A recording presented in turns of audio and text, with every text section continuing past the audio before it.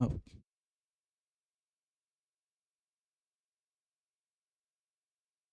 Hello students, JEE classes Meerut में आप सभी का स्वागत है। मैं आपका मेंटोर विवेक सिंह और हम पढ़ रहे हैं साइबर सिक्योरिटी, जिसमें हमारी सेकेंड यूनिट चल रही है, that is your cyber crime. और ये साइबर क्राइम किसके थ्रू हो रहे हैं? हमारे ऊपर मोबाइल फ़ोन से हो रहे हैं।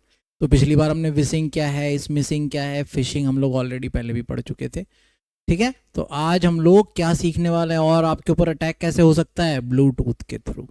सबसे ज़्यादा यूज़ हो रहा है ना ब्लूटूथ। हेडफोन लगा रखे हैं ब्लूटूथ के, बहुत सारी और दूसरी डिवाइसेस यूज़ हो रही हैं ब्लूटूथ की। तो आज हम लोग जो पढ़ने वाले हैं दैट इज़ योर सारा का सारा खेल ब्लूटूथ का, या एक्सटर्नल डिवाइसेस का जो हमारे फ़ोन्स के साथ कनेक्ट हो सकते हैं। ठीक है, चलिए let's hacking Bluetooth devices. Bluetooth hacking is a technique used to get information from another Bluetooth enabled device without any permissions from the host. This event takes place due to security flaws in the Bluetooth technology. It is also known blue snurfing.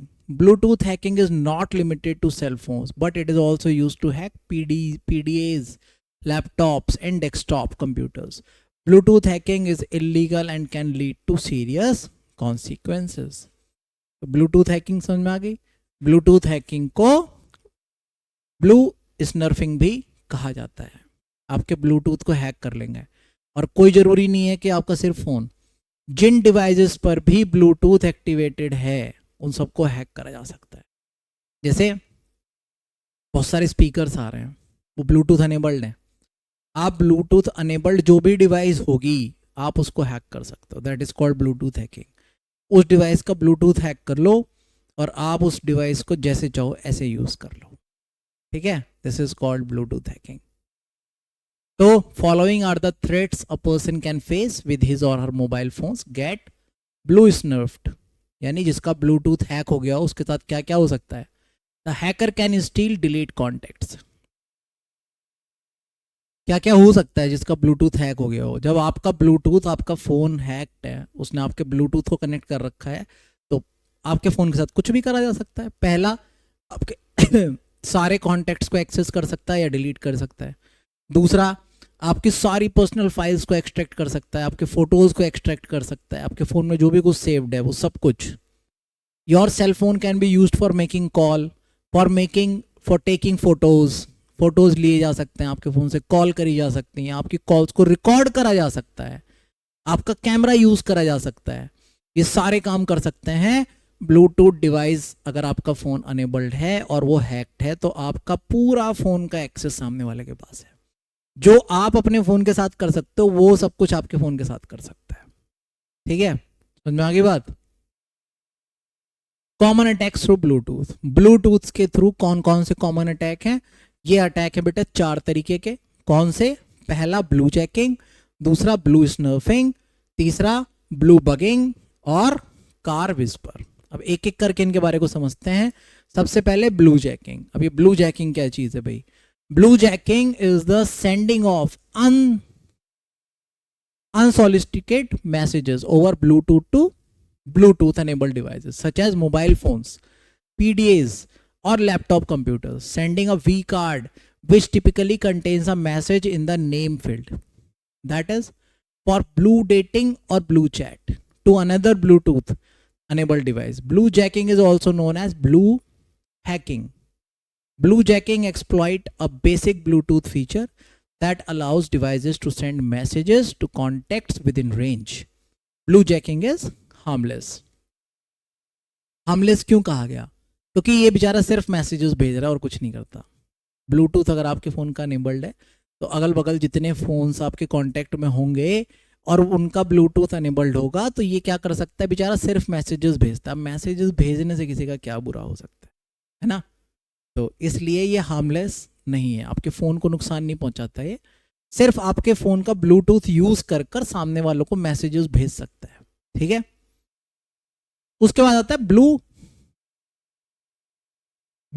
स्नर्फिंग। Blue snarfing is the unauthorized access of information from a wireless device through a Bluetooth connection, often between phones, desktops, laptops, PDAs. PDA बार बार आ रहा है ना, PDA की full form है personal digital assistant.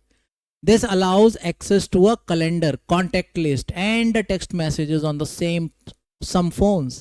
Users can copy pictures and private videos. Both blue snuffing and blue jacking exploit others' Bluetooth connections without their knowledge. While blue jacking is essentially harmless as it only transmits data to the target device. Blue snuffing is a theft of information from the target device. समझ में आया?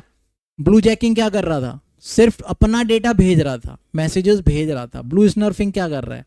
सामने वाली device से data चुरा रहा है. ठीक है, इसलिए ब्लू स्नर्फिंग ज्यादा खतरनाक है. और कैसे कैसे चुरा रहा है? ये आपका जो सामने वाले से कनेक्ट हो गया उसके सारी चीजें चुरा सकता है वो. कॉन्टैक्ट, टेक्स्ट मैसेजेस, आपके फोटोज, आपकी वीडियोस, आपका कैमरा, सब कुछ यूज कर रहा है. This is called snarfing. ठीक है, दोनों समझ में आ गए.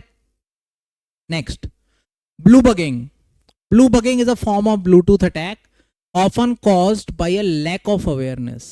It was developed after the onset of blue jacking and blue snuffing, similar to a blue snuffing. Blue bugging access all users, all phone features.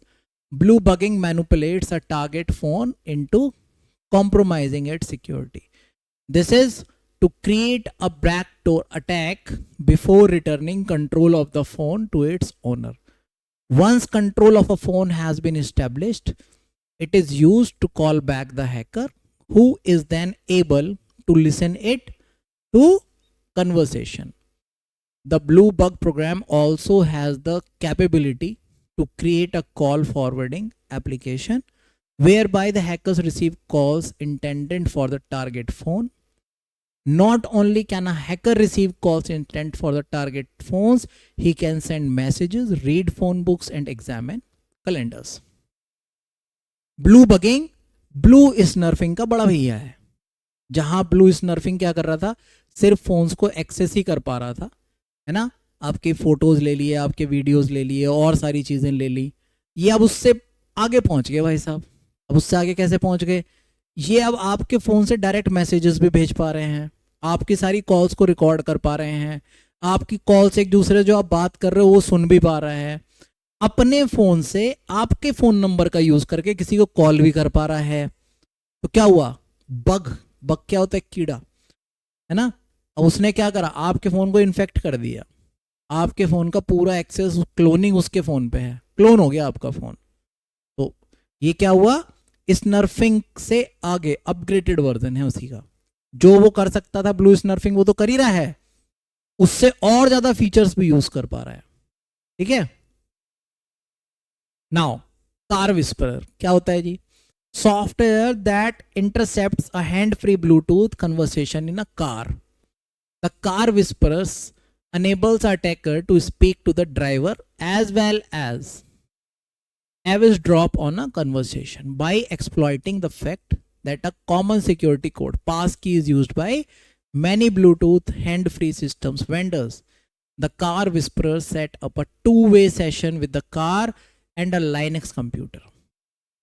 An attacker could access a telephone address book once he had connected with the Bluetooth system, may disable airbags or brakes. India में होना तो थोड़ा सा मुश्किल है, पर Hollywood movies में आपने देखा हो. क्यों मुश्किल है? द रीजन इज इंडिया में अभी कार विस्परर्स या इतने बड़े ब्लूटूथ या ऐसी कार्स नहीं है जो पूरी की पूरी कार आपके ब्लूटूथ और सिस्टम पे चल रही हो. बाहर ऐसी गाड़ियां हैं, है ना, जो आपके बैठते ही पहले आपसे पास की मांगेंगी. जब आप पास की दोगे वो गाड़ी तभी स्टार्ट होगी. मर्सिडीज या ऊपर की जो गाड़ियां हैं वो इंडिया में भी हैं, ऐसा नहीं है, पर वो बहुत महंगी है, आम लोगों के पास नहीं है ना. और सऊदी में चले जाओ, वहाँ आम लोगों के पास भी फरारी लेके घूम रहे हैं वो. तो वहाँ पे ये चीज़ें चल रही हैं. तो कार विस्परिंग समझ में आई? आपके पूरी गाड़ी को हैक कर लिया गया, जैसे चाहा उसको ड्राइव कर लिया, जहाँ चाहा उसको रेक दिया, जहाँ चाहा उसके एयर बैग्स को डिसेबल्ड कर दिया, जब चाहा उसके एंटी ब्रेकिंग सिस्टम बंद कर दिए. गाड़ी के ब्रेक फेल, भागेगी, अब रुकेगी नहीं, लगाते रहो तुम ब्रेक. क्यों? वो इलेक्ट्रॉनिक गाड़ियाँ हैं. ठीक है, तो उनको हैक करके पूरी गाड़ी का कंट्रोल लिया जा सकता है. इंडिया में मुश्किल है, बहुत रेयर गाड़ियों में है शायद, पर बाहर यही होता है. हॉलीवुड मूवीज में देखा होगा आपने, है ना. The best way to avoid being car whispered is to similar connect in car system to a Bluetooth phone because only one such device can be connected at a time. तो अच्छा option क्या बताया गया? अच्छा option ये है क्योंकि भैया ब्लूटूथ डिवाइसेस का सबसे बढ़िया फीचर है कि एक बार में एक ही डिवाइस कनेक्ट हो सकती है. गाड़ी में बैठती है अपना फ़ोन कनेक्ट कर लो. अब जब तुम्हारा फ़ोन कनेक्ट है तो और कोई इसको कनेक्ट ही नहीं कर पाएगा, है ना. हो गया ना आपकी गाड़ी सिक्योर्ड. तो इंडिया तो जुगाड़ का देश है, तो जुगाड़ बता दिया उन्होंने तुम्हें. Now common Bluetooth attack tools. कौन कौन से अटैक टूल्स हैं? BT scanner, blue snarfer, blue diving, blue bugger, blue sniff. अब ये सब क्या है? ये सब टूल्स हैं. अभी जितने हमने ये पढ़े ये क्या थे? ये अटैक्स थे. ब्लू स्नर्फिंग है ना, ब्लू बगिंग, ये सब क्या थे? ये अटैक थे. इन अटैक्स को करने के लिए हथियार भी तो चाहिए, टूल्स की जरूरत पड़ने वाली है. ये वो टूल्स हैं. इन टूल्स की हेल्प से जो हमारे अभी हमने पढ़े थे स्कैम्स पढ़े थे, वो सारे स्कैम्स इन टूल्स की हेल्प से करे जाते हैं. ठीक है. Now next point is mobile devices security implementation for organisation. Managing diversity and proliferation of handheld devices, unconventional stealth storage devices, threat through lost and stolen devices, protecting data on lost devices, educating the laptop users. Managing diversity and proliferation of handheld devices. So employees are not just bringing their mobile devices to the workplace. They are living on them as smartphones and tablets become constant companions. Cyber attackers are using every avenue available to break into them. With the right inexpensive equipments, hackers can gain access to a nearby mobile device in less than 30 seconds and either mirror the device and see everything on it, or install malwares that will enable them to siphon data from it and their leaders. Now, security risk and surprising challenges. Physical access, malicious code, device attacks, communication interception और insider threats. अब security risk कौन कौन से हैं? पहला physical access, भाई आपके device को कोई भी फिजिकली एक्सेस कर पा रहा है ना. दूसरा मैलिशियस कोड, किसी ने कोड डाल दिया आपके फ़ोन पर और वो अपने फ़ोन से बैठ के उसको यूज़ कर रहा है. तीसरा डिवाइस अटैक. ठीक है, अब एक एक करके इनको समझते हैं. सबसे पहला फिजिकल एक्सेस. फिजिकल एक्सेस मैंने अभी बताया आपको, आपका फ़ोन ले लिया गया. Mobile device are small, easily portable and extremely light weight, hence easy to steal or leave behind in airports, airplanes or taxi cabs. As with more traditional devices, physical access to a mobile device equal game over. The cleverest intrusion detection system and best antivirus software are useless against a malicious person with physical access.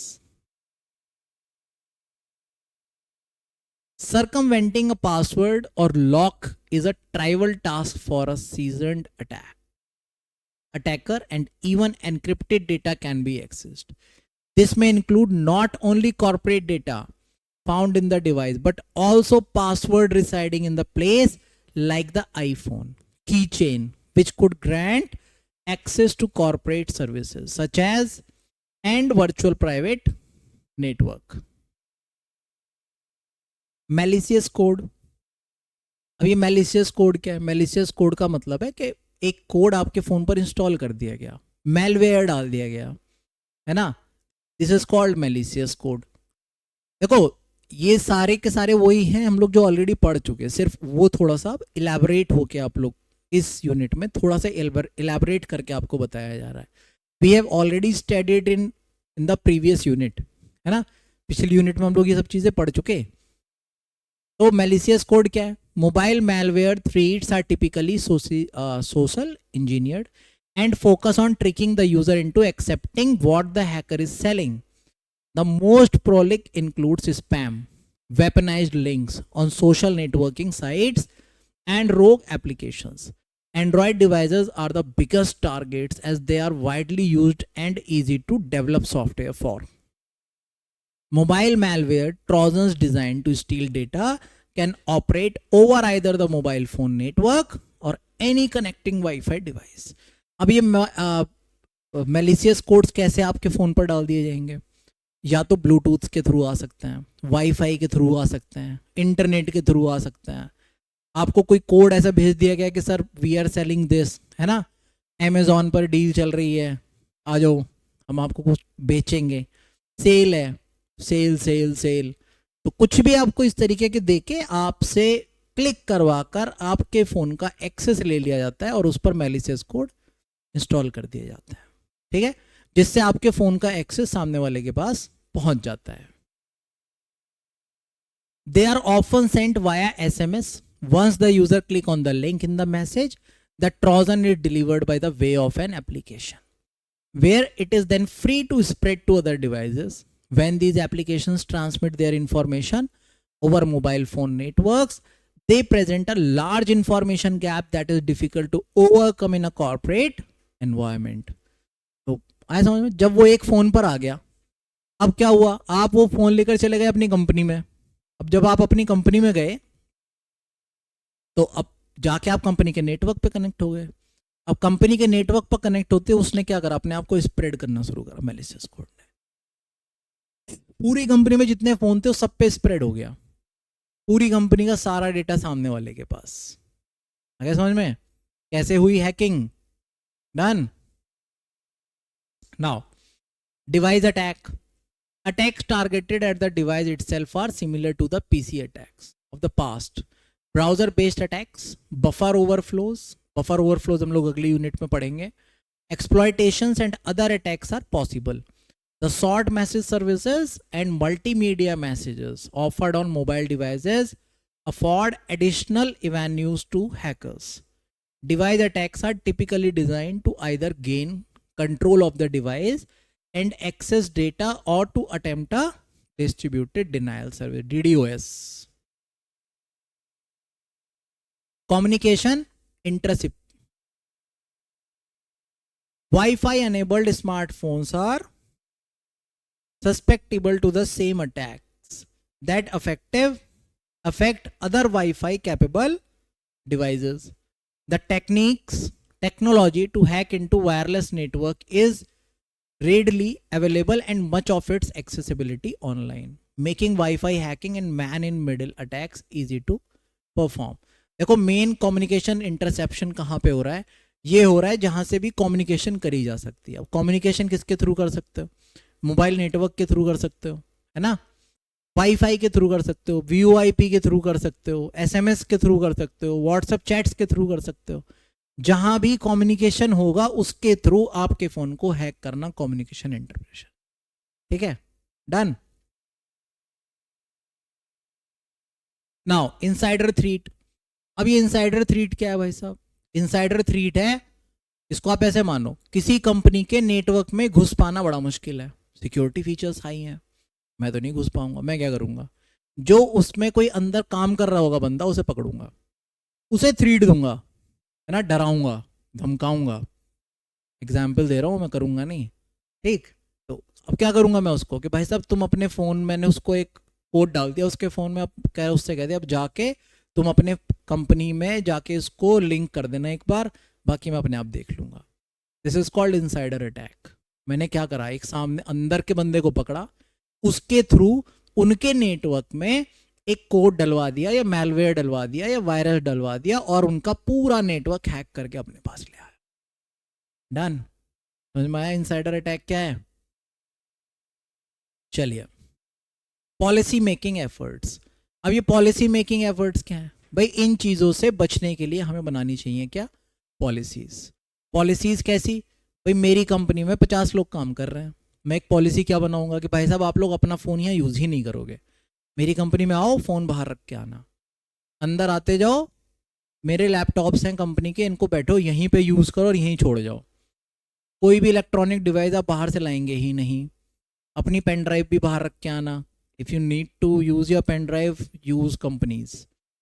Wifi network मेरी company का use करोगे. तो क्या करा मैंने, एक security बना दी ना, ये मेरी पॉलिसी है, मेरी कंपनी की पॉलिसी है कि मैं बाहर की कोई चीज़ अपने लैपटॉप्स में अपने नेटवर्क पे एंट्री नहीं होने दूंगा। तो क्या मेरा सिस्टम हैक हो सकता है? नहीं हो सकता। इनसाइडर अटैकर जो था अभी पीछे, हो जाएगा? नहीं होगा। It depends on the policies which we are making. तो this is called policy making efforts. Close monitoring करी जाएगी। भाई जब मैंने बाहर की चीज़ें अंदर आनी बंद कर दी तो क्या है, मॉनिटर इजीली कर सकता हूँ ना, आराम से करा जा सकता है। तो ये होती हैं policies. Unconventional stealth storage devices, जैसे पेन ड्राइव। भाई किसके थ्रू आपके कम नेटवर्क को या आपके कंप्यूटर को इन्फेक्ट करा जा सकता है?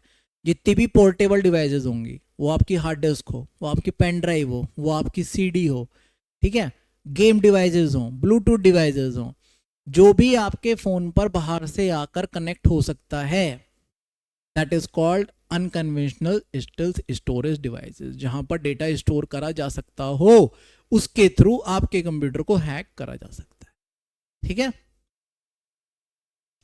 Device lock software. Device lock provided network administrators the ability to set and enforce contextual policy for how, when, where to, and by whom data can or cannot be moved to or from company laptops or desktop. PCs via devices like phones, digital cameras, USB sticks, CD or DVD-R, tablets, printers, MP3 players. In addition, policies can be set and enforced for copy operations via the Windows clipboard as well as screenshots. Operations on the endpoint computer. ये वो stealth devices हैं, जैसे pen drive है ना, USB device, bands, ये सब क्या है? ये स्टोरेज डिवाइसेस हैं जिनके थ्रू आपके मोबाइल पर वायरसेस या लैपटॉप पर वायरसेस आ सकते हैं। Threats through lost and stolen devices we have already studied. आपकी अगर कोई डिवाइस खो गई है तो उसके थ्रू आपका सारा डेटा एक्सेस करा जा सकता है। तो ये क्या है? ये थ्रेट्स हैं।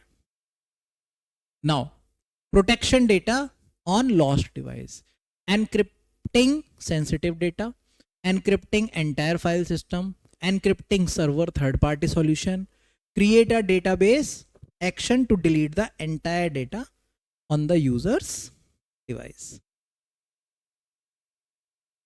Now this is your end of unit 2. तो आज यहाँ पे हम लोग अपने यूनिट 2 का समापन करते हैं, इसको एंड करते हैं और मिलते हैं अपनी अगली क्लास में यूनिट 3 के साथ, और नए फीचर्स के साथ, और नई सिक्योरिटीज़ के साथ। ठीक है, तो हंसते रहिए, मुस्कुराते रहिए, जेई क्लासेस के साथ जुड़े रहिए। धन्यवाद। जय हिंद, जय भारत।